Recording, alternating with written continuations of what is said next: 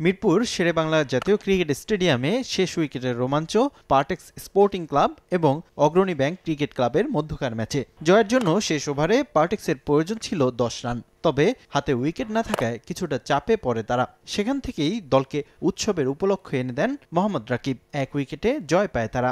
এতে টানা হারের বৃত্ত থেকে বের হয়েছে পার্টেক্স। এর আগে ৪৯তম ওভারে বোলিংয়ে আসেন রবিউল হক। তার সেই ওভারের দ্বিতীয় ডেলিভারি বিতর্কের জন্ম দিয়েছে। জয়ের জন্য পার্টেক্স যখন 10 রান দূরে, তখন উইকেটের অনেকটা বাইরে নো বল করেন রবিউল, যা ছিল অনেকটাই দৃষ্টিকটু। এর আগেও ডিপিএলে ফিক্সিং ইস্যু নিয়ে আলোড়ন তৈরি হয়েছিল। এরপর রাকিবের ক্যাচ মিস করেন নাঈম ইসলাম।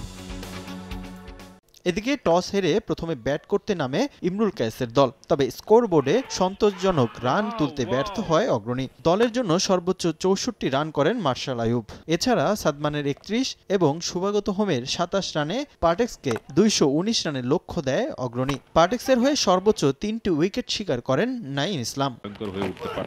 জবাবে ব্যাট করতে নেমে শুরুতেই 2 ওপেনার জয়রাজ শেখ এবং সাব্বির রহমানকে হারিয়ে ব্যাকফুটে চলে যায় পার্টেক্স। মাত্র ১৪ রানেই সাজঘরে ফেরেন সাব্বির। এরপর দলের বিপর্যয় সামাল দেওয়ার চেষ্টা চালান আদিল ও তানবীর। এই 2 ব্যাটারের বিদায়ের পর দলের হাল ধরেন রাকিব। নিয়মিত বিরতিতে সবাই সাজঘরের পথ ধরলেও একাই লড়াই চালিয়ে যান তিনি। তার ৮০ রানের ইনিংসে ভর করে জয় তুলে নেয় পার্টেক্স। ম্যাচ সেরা হয়েছেন মোহাম্মদ রাকিব। এটা একটা ব্যাপার থাকবে।